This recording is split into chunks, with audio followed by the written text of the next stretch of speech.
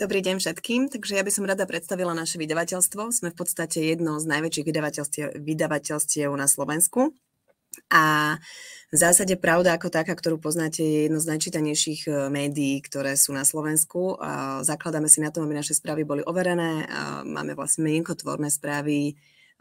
Zaoberáme sa rôznymi širokými spektrami tém od publicistiky cez športové spravodajstvo, inovácie, informácie o mediálnom trhu až po témy zdravia, varenia a tak ďalej.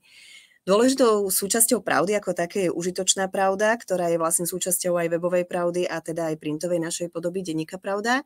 A je to vlastne servis pre našich čitateľov. A v podstate my veľmi radi poskytujeme našim čitateľom veci, ktoré im prinášajú nejakú pridanú hodnotu, ktorá im pomáha v reálnom živote a vlastne preto sme išli do tejto spolupráce.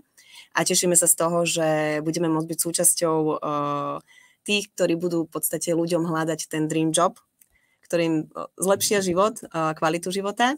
Čiže my už teraz poskytujeme vo veľkej miere servis pre čitateľov ohľadom zmien v zákonníku práce, o pracovnom trhu a tak ďalej, takže toto je krásne doplnenie si ako keby toho, čo už teraz poskytujeme.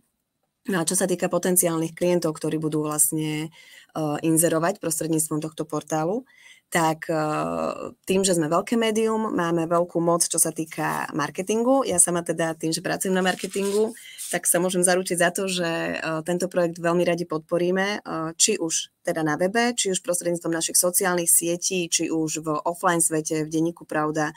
Naozaj tým, že máme veľmi široké spektrum, alebo teda to portfólio produktov, tak aj to promo bude skutočne obsiahle.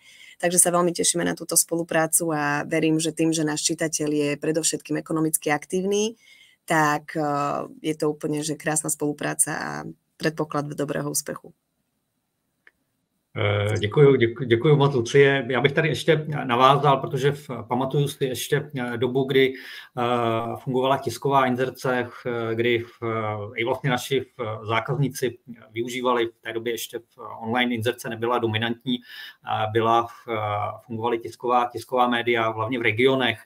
A pamatuju si na Slovensku, když jsme inzerovali v rámci regionu, protože online nefungovalo v rámci Nového času nebo v regionálních kurzárech, kdy se připravovali, designovali inzeráty, sbírali, takže je to něco, co opět nějakým způsobem chceme vrátit, cílit na kandidáty, kteří, řekněme, práci aktivně nehledají. Takže děkuji moc, Lucie, za váš... Do toho môžeme ešte skočiť, tak v podstate my sme v minulosti v našom vydavateľskom dome bolo aj Avizo, čo určite strašne veľa ľudí pozná, Avizo.sk.